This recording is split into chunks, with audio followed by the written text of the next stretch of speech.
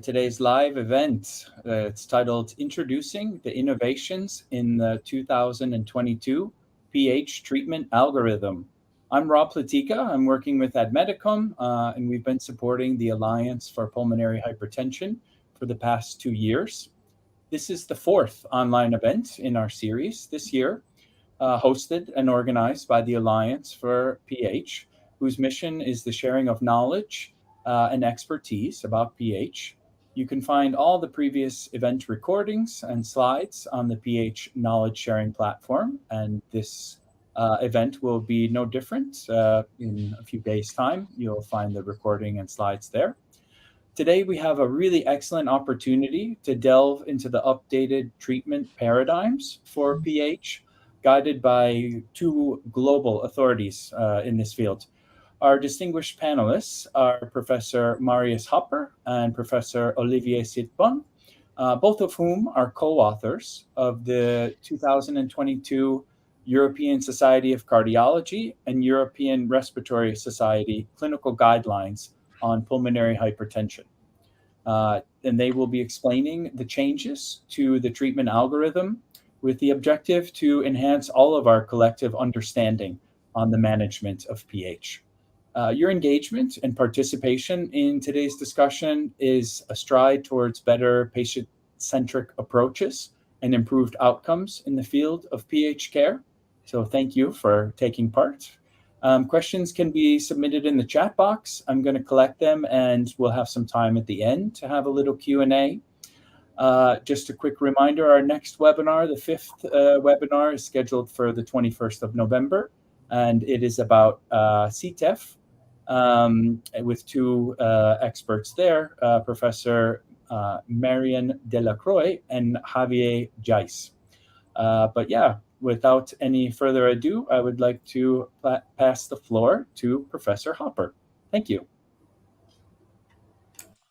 Thank you as well, and hello from me. My name is Marius Hopper. I'm from Hannover Medical School in Hannover, Germany, and I will start with the very quick clinical approach, an overview a bit on the diagnostic and pulmonary hypertension, also very briefly on risk assessment, and then I will hand over to Professor Olivier Sitbon from Paris, who will have the main part today, focusing and describing the treatment strategies for pulmonary arterial hypertension. And after that, I will take over again with a brief outlook on a drug that will be coming very soon. So, but starting with the clinical approach to pulmonary hypertension, I took some slides from the most recent guidelines of the European Society of Cardiology and the European Respiratory Society. I think most of you will know that they were released a bit more than a year ago, and they were replacing the 2015 guidelines. And in these guidelines, we also added like a summary approach to pulmonary hypertension in general. And the first thing we highlighted is that in contrast to common belief, pulmonary hypertension is not a rare condition. In fact, it's estimated that it does affect about 1% of the adult global population.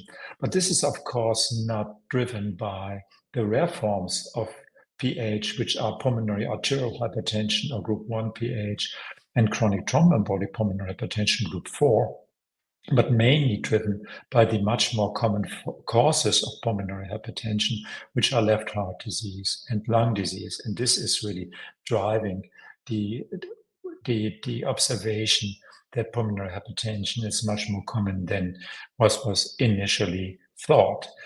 The classification, the differentiation here, distinction is quite important, as treatment is very different. We have established treatments for pulmonary arterial hypertension and chronic thromboembolic pulmonary hypertension.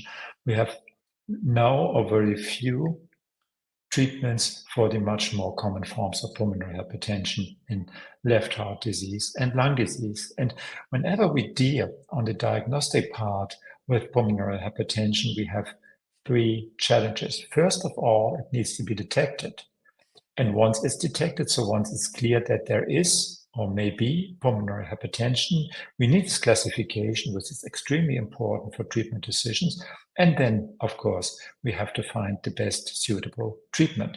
So detection is important, and you all know, and we all know as well, that detection is a problem. There's this common delay from the first symptoms then to seeking medical attention and then receiving a final diagnosis. I think it has gotten better than it was in the past, but we still see every once in a while patients who, what I believe is a very classical history of pulmonary hypertension, and take 2 or 3 years, and many doctors visit until it's finally diagnosed. And of course, this needs to be improved.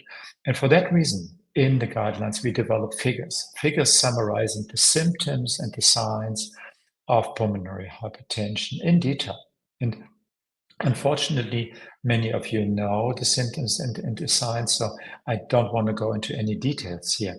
We have developed these figures with the purpose to enable teaching of medical students, teaching of young doctors, what pulmonary hypertension is and what the warning signs are. And future will tell us whether this really helps improving the early detection of pulmonary hypertension.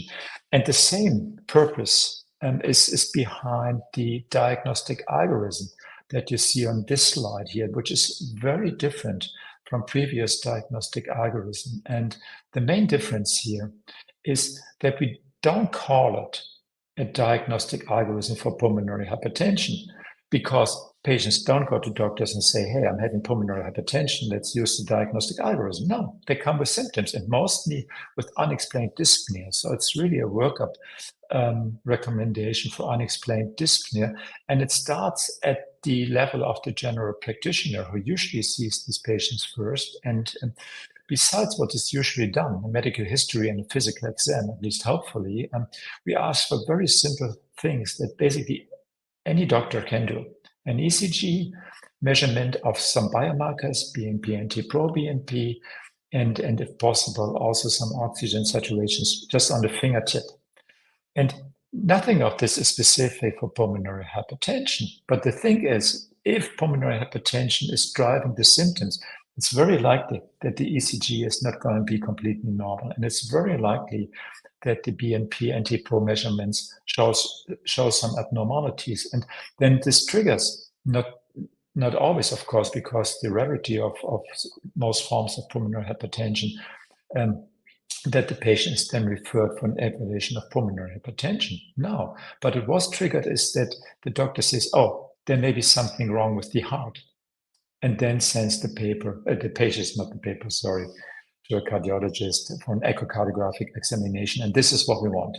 We just want to raise some flags suggesting the possibility of pulmonary hypertension, and then make sure that the patient undergoes an appropriate echocardiographic examination. And from then, it's usually straightforward, because if it's pulmonary hypertension, it will be seen, and then the pathways are very much straightforward. And they end, and at least they should end, then in a pulmonary hypertension center, which still is quite important. And the final confirmation of the diagnosis is then made by right heart catheterization. But echocardiography is the key because it is the most important non-invasive tool that we have. And here also, speaking of figures, we included in the recent guidelines a new figure where we summarize all the findings that can be suggestive for pulmonary hypertension on echocardiography. And here also we believe and hope that it has educational value and it improves the detection of pulmonary hypertension. And then finally, as mentioned earlier, right heart catheterization is what we need to confirm the diagnosis. I know it's not a diagnostic test that patients like very much, although it's not very invasive, and more and more centers do it on an outpatient basis, and it usually, fortunately, doesn't do much harm. We really needed to make the diagnosis, to make differential diagnosis, to assess the hemodynamic severity, and to guide treatment strategies. And this is not only true at the time of diagnosis, but then sometimes occasionally or frequently then during follow-up for further treatment decisions. And this leads me to risk assessment. Once we have made the diagnosis of pulmonary hypertension, and now I think we speak about pulmonary arterial hypertension, let's assume that pulmonary arterial hypertension has been diagnosed, then of course we think about the treatment, and for that we think about risk assessment. And risk is basically the estimated mortality risk within 1 year, which we classify as low, intermediate, or high. And this is also very important to understand. When we say we calculate the mortality risk, is that we can't say that you as a patient will live or die within a certain period of time. That's not possible. What we can define is a likelihood, nothing but a statistical likelihood. For instance, low risk means that the risk of death within 1 year is less than 5%. So it's low. That means that it's higher than 95% that a patient will survive. Nevertheless, of course, patients may die in that time span, either from pulmonary hypertension or from whatever other cause. And we can't say that this is going to be this patient or this patient. This is impossible. So it's really just a statistical likelihood, but this is very helpful to guide treatment decision, and especially when it comes to making treatment decisions that become more complex, like the use of parenteral prostacyclins or the referral for a transplant evaluation. At baseline, we used this model. We very recently included for follow-up risk assessment the so-called four-strater model, which is similar, low, intermediate, but intermediate now divided is intermediate low, intermediate high, simply also to make more granular decisions when it comes to treatment. And then, of course, the high-risk patient population that still exists, even if this becomes increasingly smaller with the treatment approaches that we have in our hands now. The goal is obtaining and maintaining a low risk profile. This is the best risk profile that we can achieve. It's realistic for some patient population, it's not that realistic for others. Olivier will touch that. And we use for the system a complex set of variables. But no worries, we don't use them all. I mean, we almost never do everything that's listed here. It is just that we have now data and evidence behind that strategy, and you can use these tools to make a fairly precise, never 100% precise, but fairly precise individual assessment. And you probably know that it really came down with all major risk assessment tools to 3 very basic variables, which are obtained at each visit, and they are non-invasive. So it's just the WHO functional class that basically tells us what the physical capacity at home, at daily life of our patients are. We use as a more objective measurement the 6-minute walk distance, which you all know very well. And again, we have our biomarkers that give us an information about how the right ventricle feels. So it's basically the strain of the right ventricle. Low BNP or low NT-proBNP means that, in simple words, the right ventricle or the heart is happy. Even if pulmonary hypertension still exists, the heart can deal with this form of pulmonary hypertension or with the severity without any signs of right heart failure. And this is important. And it has become a very important biomarker for us. However, simplification is good. Oversimplification is not. And this is why we wrote in the guidelines, and this is very important, that we use this tool. We use these basic variables, but as we wrote here, additional variables should be considered as needed, especially right heart imaging, which is mostly echocardiography, but can also be cardiac magnetic resonance imaging, and also other factors, age, sex, the type of the disease, so whether it's idiopathic, PAH, or other forms, comorbidities, kidney function, also on. So it's always a bit more complex, and this is important. So I leave it here for the time being. Thank you very much. Hand over to Olivier, and we will have a discussion at the end of this. Thanks a lot. Thank you. Thank you very much, Marius, for your very nice presentation. Now we will discuss. Oops. Where is my? It's here. We will discuss the treatment algorithm. I think you can see my first slide. And I would like to cover the current approach of the treatment of pulmonary arterial hypertension, which is, as Marius said, a really rare disease. That's my disclosures.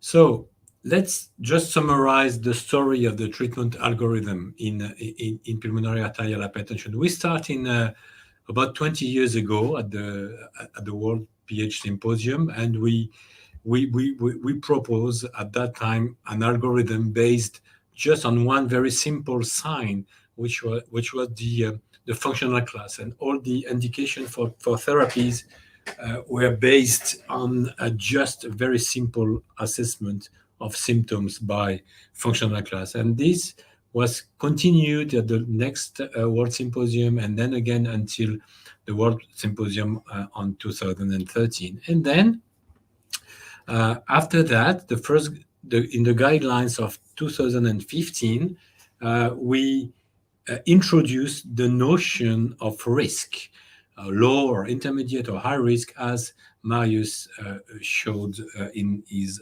presentation. And now the risk, it is obvious that the risk is everywhere at baseline when we decide the first treatment, and also during follow-up when we want to monitor the treatment and we want to escalate the treatment, we based on the risk assessment.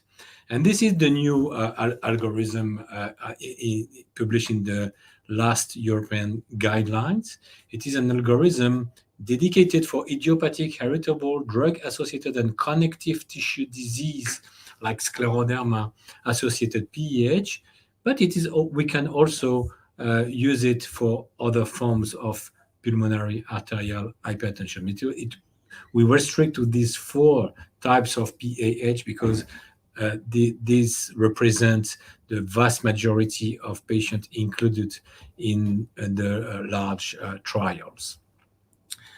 So if we start with the general measures, and I think it's very important, general measures include supervised exercise training, now with a very good recommendation. 1A is the strongest recommendation possible. Psychosocial support is also very important. Immunization, diuretics in case of fluid retention, like leg edema. Long-term oxygen therapy is not mandatory. It's just for the patient having low oxygen pressure in the blood. So I think, for example, in my patients, it's quite rare to have patients on oxygen, because in PAH usually the patient does not have any low oxygen pressure. And also correction of iron status was also included. The news for this part was the anticoagulation issue. During a long time, you received anticoagulants, but now with the compelling data we have on anticoagulation in PAH, we observed that finally anticoagulation was not really needed in patients with pulmonary arterial hypertension. And now the recommendation is that anticoagulation is not generally recommended, but it could be considered on an individual basis. If we move to the indication for calcium antagonists, you know that during the first right cat catheterization, we performed a vasoreactivity testing. usually with inhalation of nitric oxide for a few minutes, and we look at what happened in terms of hemodynamics. And here we have a typical example of a good responder. This is the patient having a very high level of mean PAP at baseline, and just after a few seconds of inhalation of nitric oxide, we observed an almost normalization of pressure. When we have this kind of response, we can say we can treat the patient with very simple treatment with calcium channel blockers like nifedipine, amlodipine, diltiazem, very simple. And of course, we reassess regularly the response to the treatment. Then, for the vast majority of patients that are non-vasoreactive, because the vasoreactive patient represent only maybe 5% of the patient with PAH, but for the others, the vast majority, there is now that we have quite good recommendation. And the first step is to distinguish in between patients without cardiopulmonary comorbidities or patients with cardiopulmonary comorbidities. What are cardiopulmonary comorbidities? That the patients that are at risk to have another form of pulmonary hypertension, in particular post-capillary pulmonary hypertension. It means pulmonary hypertension secondary to left heart disease. And for patients having hypertension, diabetes, obesity, or coronary heart disease, there is a higher risk to have a less good response to the treatment, and also there are some tolerability issues in those patients. So let's start with patients without comorbidity. In patients without comorbidity, we look at the risk, as Marius mentioned, and we distinguish in between high risk and low or intermediate risk. It's very simple. And now we have the lot of treatment available targeting three pathways, which we consider those pathways are the pathways of what we call endothelial dysfunction. We have the endothelin receptor antagonists, we have the PDE5 inhibitors, and we have the prosanoids and the non-prosanoid IP receptor agonists. You know all those medications. I don't want to go into too much details, but these medication target the three pathways of endothelial dysfunction. And there was one question we have to that has been addressed in the guidelines. It was, should initial oral double combination therapy versus monotherapy be used in symptomatic patients with PAH? And the response was, in patients with PAH who present at low or intermediate risk, initial combination therapy with a PDE5 inhibitor, sildenafil or tadalafil, and an endothelin receptor antagonist, ambrisentan, bosentan, macitentan, this is recommended. But the quality of evidence is quite low because this is based only on the result of one study, which was the AMBITION study, demonstrating a difference in between initial double combination therapy to oral drugs as compared to initial monotherapy. And that's why the recommendation of to combine ambrisentan and tadalafil as first-line therapy is recommended. Also macitentan and tadalafil, and maybe also other endothelin receptor antagonists and PDE5 inhibitors. But as you can see, the triple combination therapy of macitentan, tadalafil, and selexipag is not recommended because we have a study, and that study was it was not possible to demonstrate any difference in between initial triple combination therapy with these three drugs and initial classical double combination therapy with macitentan and tadalafil. Let's move to the patient with the highest risk of death. In those patients, there is a recommendation not to use double, not two drugs, but to use three drugs, but not the same that the previous one. The recommendation is to use a double combination of oral drug plus the third drug being intravenous or subcutaneous prostacyclin. either intravenous epoprostenol or subcutaneous treprostinil.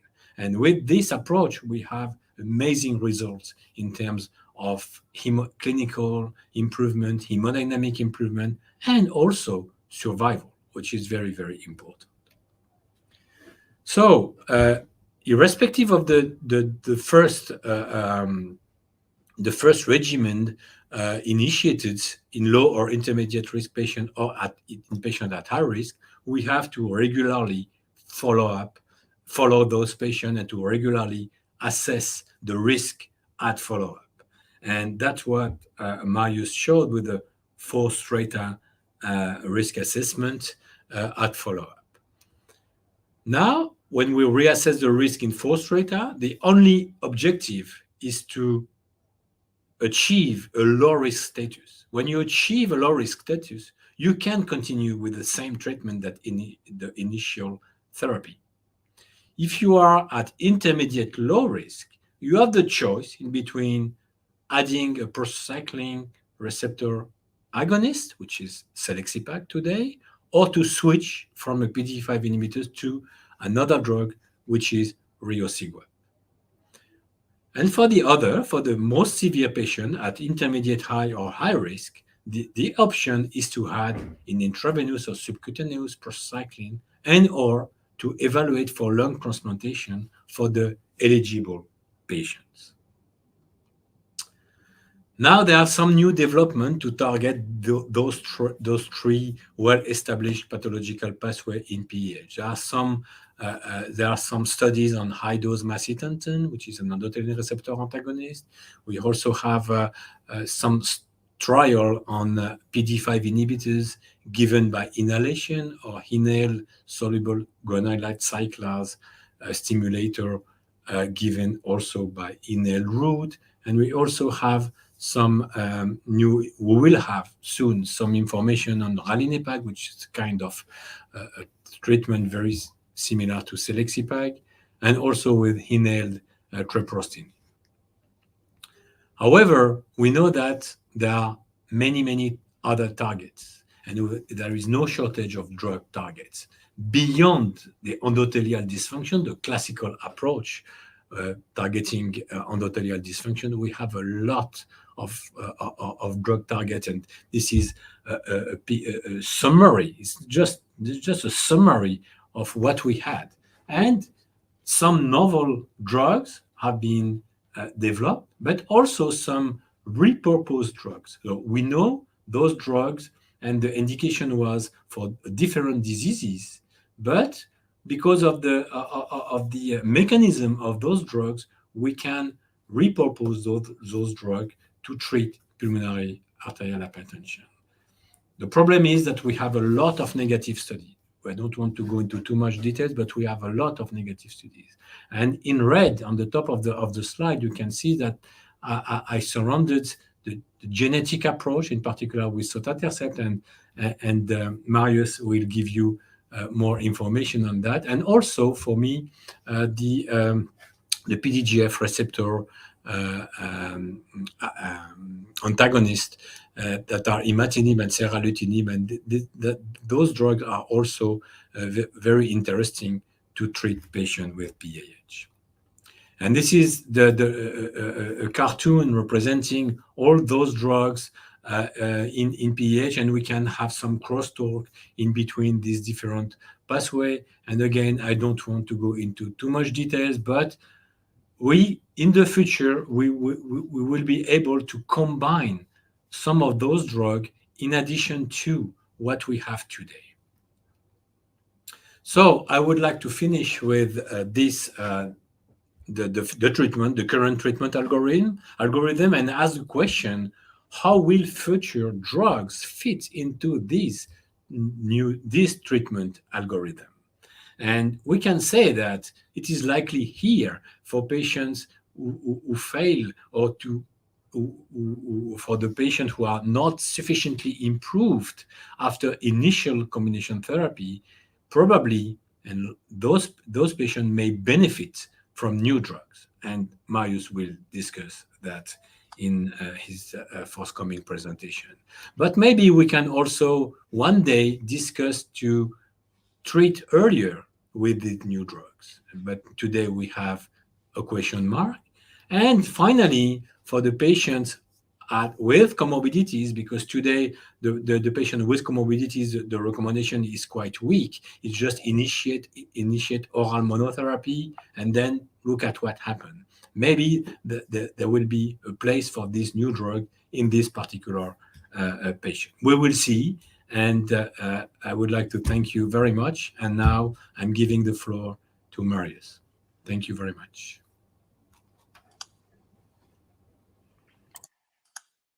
Thanks a lot, Olivier. I'm going back to the screen here. And as Olivier pointed out, I will be talking briefly about new developments, and I will focus entirely on sotatercept, as this drug is expected to be available next year, at least in many parts of the world. And sotatercept is the first member of a new class of drugs, which is called activin signaling inhibitors. And this is basically what they do. They inhibit activin signaling. And this is something that most of us would not talk about a few years ago because we didn't really know what activin signaling mean. And do not be anxious here. I'm not going into the details of these very complex cascades.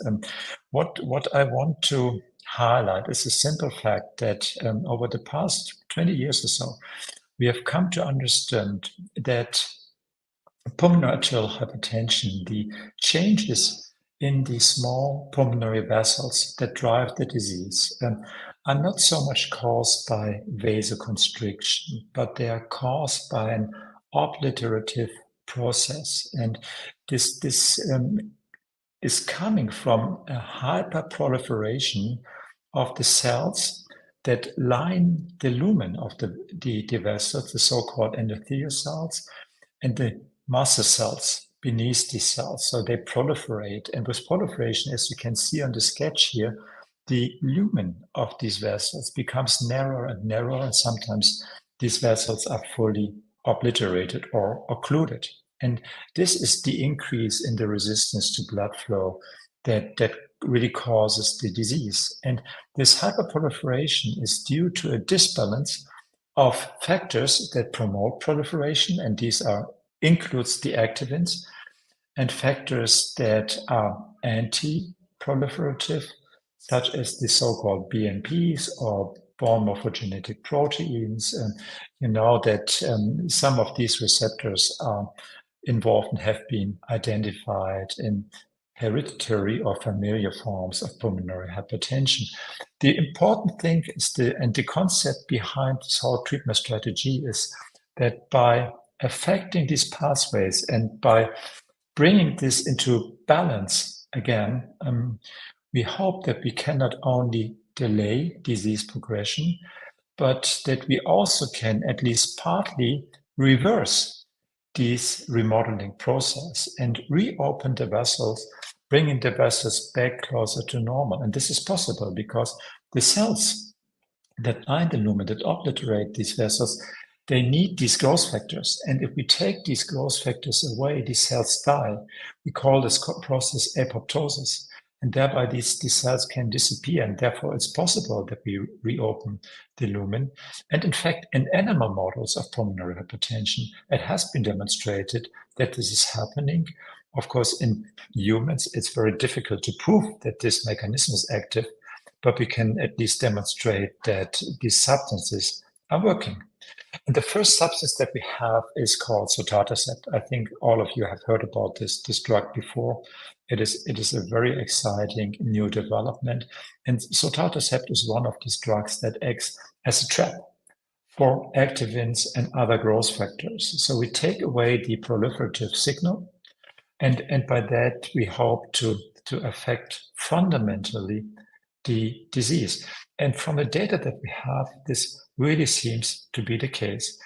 You know that there has been a so-called phase 2 study, so an early developmental study with sotatercept in pre-treated patients with pulmonary arterial hypertension. Again, we're only talking pulmonary arterial hypertension, not the other forms here. This is very important. And in that study, it was demonstrated that sotatercept improved the hemodynamics, so the pressure in the pulmonary arteries and the resistance, and it also improved the 6-minute walk distance as a marker of exercise capacity after 6 months of therapy. And the study had an open label extension, which demonstrated that over an extended period of time, so after 18 to 24 months on therapy, these improvements were maintained. So the improvements in the pulmonary vascular resistance, 6-minute walk distance, also in this biomarker NT-proBNP, that were maintained. And those patients who happened to have been assigned to placebo for the first 6 months into the study also had the same improvement than patients who were originally assigned to the treatment. And from that study, and this is why I'm showing this here, we also got for the first time a clearer picture on the side effect profile of sotatercept, which is unique, and this is important. Just focus here on the very right column. And here you see after 18 to 24 months, so about 2 years of exposure to sotatercept, the typical side effects, which were epistaxis, occurring in about 20% of these patients. We also know this from other drugs like sildenafil, tadalafil, but it's more common with sotatercept. It's usually mild, rarely needing intervention, but epistaxis is one of the typical side effects. Another one is the increase in hemoglobin, which is not unexpected because the drug was originally developed as a drug to treat anemia and certain forms of bone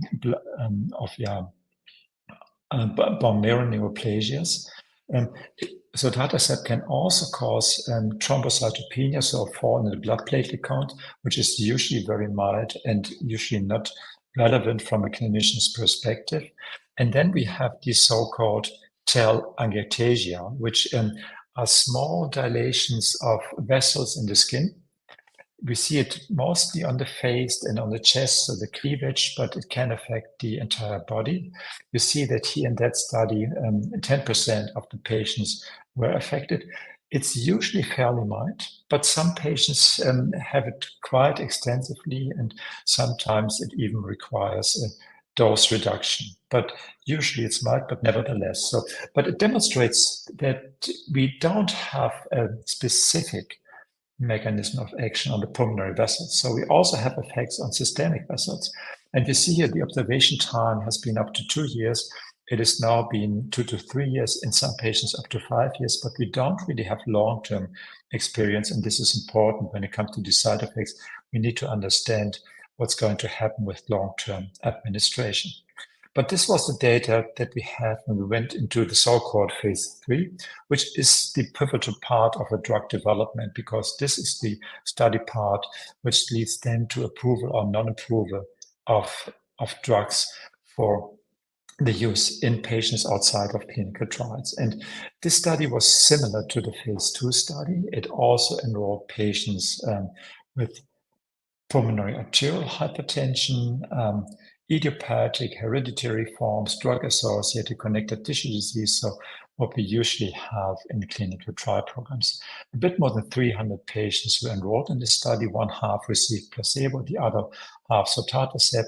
Relatively young patients, average age 48 years, almost 80% female, mostly the idiopathic hereditary forms, patients in functional class 2 or 3, despite background therapy. Patients had a long history of pulmonary hypertension. You see the average time from the initial diagnosis to enrollment in the study was 9 years. And almost all patients were on double therapy or triple therapy, 60% on triple and 40% on triple, including parenteral, which is intravenous or subcutaneous prostacyclin. And in these heavily pretreated patients, the study met the primary endpoint, which was change in 6-minute walk distance from baseline to week 24. The average improvement was about 40 meters, which is quite meaningful. And the study met several secondary endpoints, including improvements in the pulmonary hemodynamics, again, improvements in risk, and also improvements in quality of life. and it delayed the time to clinical worsening. So this is a typical curve that shows you clinical worsening events, so which can be PAH hospitalizations or a deterioration in exercise capacity or even death. And the risk of having such a worsening event was much higher in those patients who were assigned to placebo than in those patients who were assigned to sotatercept. There was a substantial risk reduction here with sotatercept, which was one of the very positive and promising findings here. And coming back to the side effect profile, it was very similar to what we saw in the open label extension of the phase 2 study. So again, we had the bleeding events, mostly epistaxis, also some gum bleeds, mostly minor. And we believe it's basically the same thing then with the telangiectasia that we saw again, now here in 14% of the patients. It's probably also a dilated vessel on the mucosal membranes in the nose, in the pharynx. As I mentioned earlier, for most patients, it's what I would call a little annoying, nothing major, but it can be relevant to some patients, of course. And once again, we don't know what's going to happen with real long-term administration. Overall, the safety profile of the drug is quite good, and we had and have up to date very few patients who discontinued from study medication or from the studies at all due to side effects. It's quite rare. In fact, it's rarer with any of the other drugs that we currently have in our field. But we need to better understand the long-term effects of this compound. We also looked, and I just like to make this brief. I just very much like this graph here. We looked very carefully about what happened in this study to the heart, especially the right heart, of course, in patients who had been exposed to sotatercept and placebo. And what we found was a substantial reduction in the mean pulmonary arterial pressure. In fact, much more substantial than with any other treatment approach that we currently use in our field. Some patients, but few patients, really normalize the pressures. Most patients have residual pulmonary hypertension, but much improved, and improved to such an extent that the function of the right ventricle improves substantially. So we basically unload the right ventricle. It doesn't have to work as heavily anymore. So it works better. It's easier for the right ventricle to pump the blood through the lungs. The right ventricle gets smaller. The degree of tricuspid regurgitation here in the valve between the right ventricle and the right atrium declines. And so these are all very favorable results. And as Olivier have mentioned when he finished this talk, and I'm also finishing my short presentation with this one here, is we don't really know where we will place sotatercept in the future. It will depend on many things. What we know for sure, at least for the time being, it's not going to be a true first-line treatment. It has not been studied as a first-line treatment, and the first-line treatment will remain the combination of an endothelin receptor antagonist and a phosphodiesterase 5 inhibitor, plus minus a prostacyclin. But then, of course, we do our typical reassessment, usually 3 to 6 months after treatment initiation, and I believe this is going to be quite important in the future, which will often include right heart catheterization. And then we make a decision, not after 7, 8, or 9 years into the disease, but early on, whether or not to add sotatercept at that time point. We have studies ongoing which are currently assessing whether sotatercept has similar or even better effects in patients who haven't had such a long disease history. And there will be studies, but these yet have to start on the initial use. But for the time being, the data that we have is as an adjunct or add-on treatment. So I leave it here. I expect a couple of questions related to sotatercept, which is quite normal as this is an extremely exciting new development. And I'm looking forward to the discussion that we are having now. Thanks a lot. Thank you very much, Professor Hopper. Olivier, do you have any first questions or reactions to what Marius said today? Thank you for that. No, I think sotatercept is really a new step in the management of patients with PAH, because we didn't have lot of progress for a long time. We had a lot of medication. We know better how to use them, how to combine them, not to wait too much, as Marius said. And now we have the opportunity to improve more the patient status, the clinical status, the hemodynamics, and maybe the outcomes. But now it's maybe too early to know what will be the impact on the long-term outcome. But I'm pretty sure that sotatercept will have an effect. But this should be proven before to conclude for an effect on that. So I think it's very, very important step. And now we will see what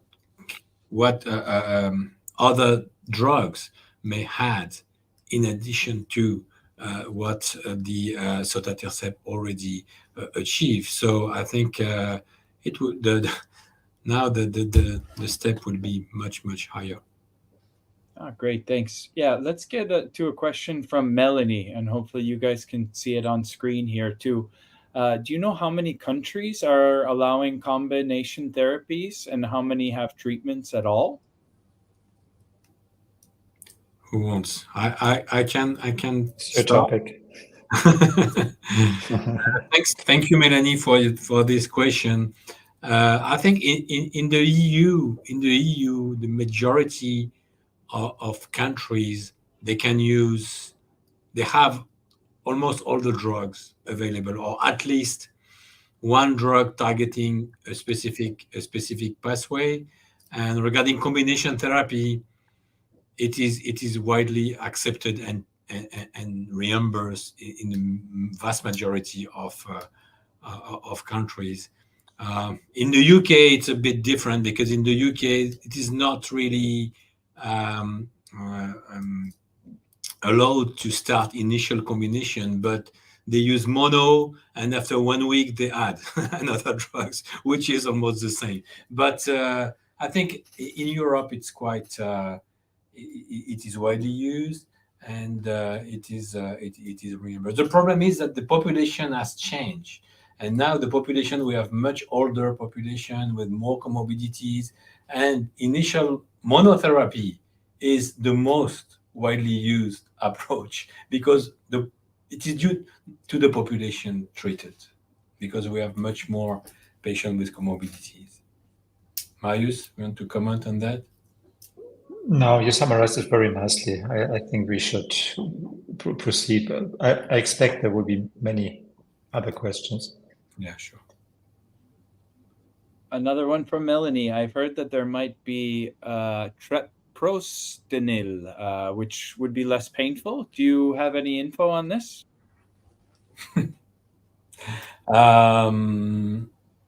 Honestly, I don't have any information on that. This is the pain related to the infusion of subcutaneous infusion of treprostinil is really an issue, and many patients, they stop the drug due to the pain induced by the drug.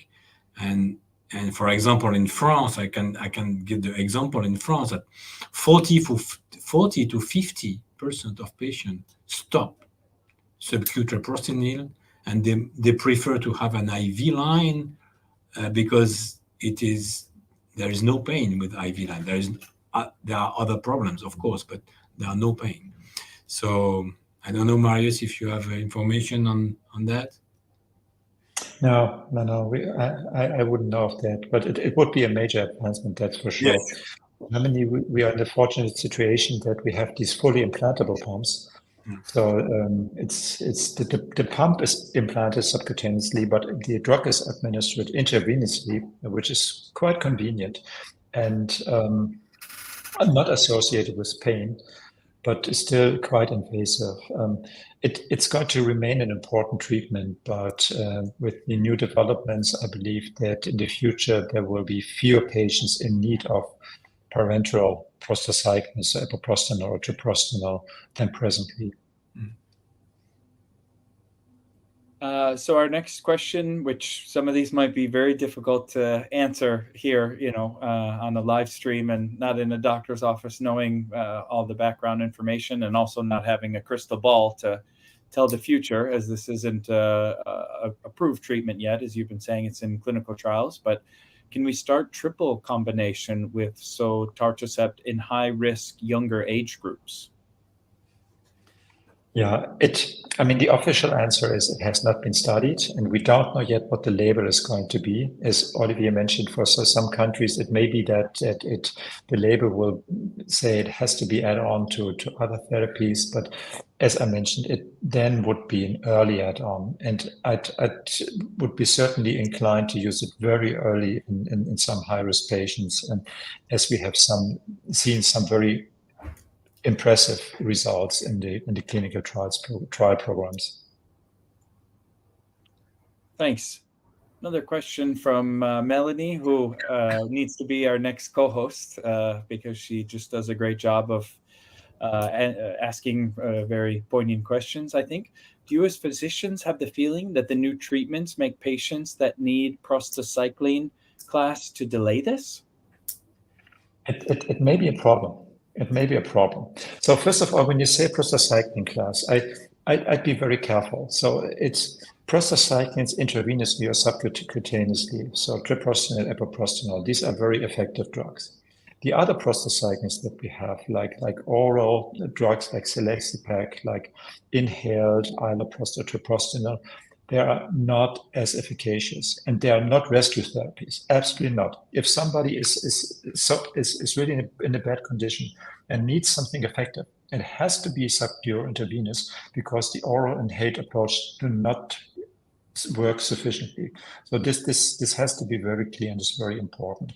So, and if today a patient is in such a high risk condition or a risk condition that the physician says it's really necessary to go on intravenous subcutaneous drug, it should be done, and it shouldn't be delayed by the perspective of a drug like sotatercept being on the market in basically in Europe still almost a year from now. So, I mean, it's much better than now to stabilize a patient with these drugs and see if they can be withdrawn once sotatercept has been introduced. We see this now in many of our study patients, that they come off the prostacyclins, which some of them had for years.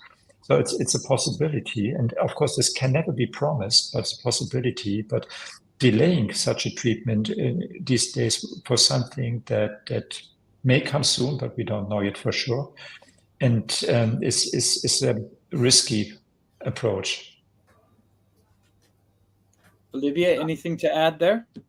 I would say that you're right, Marius, that as an initial combination therapy, today we don't have any information, but it is really appealing to start with sotatercept in the next future.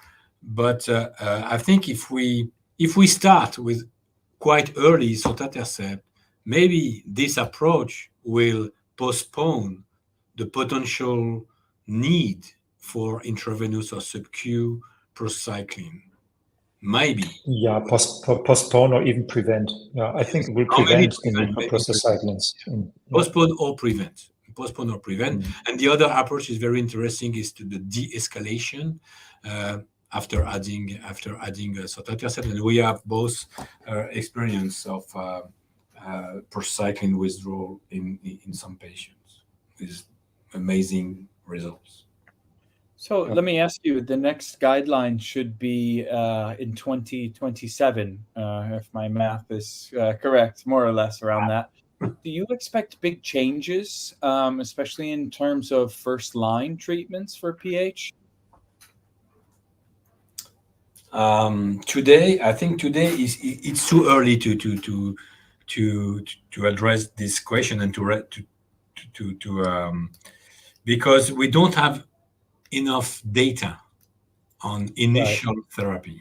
Initial therapy, we have the data of ambition, is double oral is better than mono oral, and also for triple IV or triple subQ, we don't have the information. The information comes from registry data, and we published that in France and in other countries, and but that just it's very, very difficult to have a proper study comparing initial triple with IV or sub-Q and compared to double. I think that's a plan for us to test this approach with sotatercept, triple with sotatercept as compared to double. That's a plan, but we will see. I'm not sure. We will see if the companies would like to launch this kind of study. We will discuss. We already discussed with Marius about that point, and we would like to do it. We would like to do it. It's for sure, but we will see.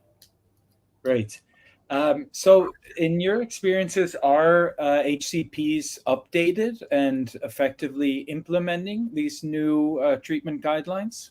Or is it still where you have to spread the word and give a bit more effort so that, different specialists are following this hard work that the whole group has put together? I think, PH doctors, who should be the one who drives the treatment in patients with pulmonary arterial hypertension, they're very well aware of the data, of the newest data, and consider all the options that they have at their hands. I would be worried about that. Sure. Great. So one last question from Melanie, who even had more, but we will get to them all. Maybe we'll continue that conversation by email. Do you think we will need less and less transplantations?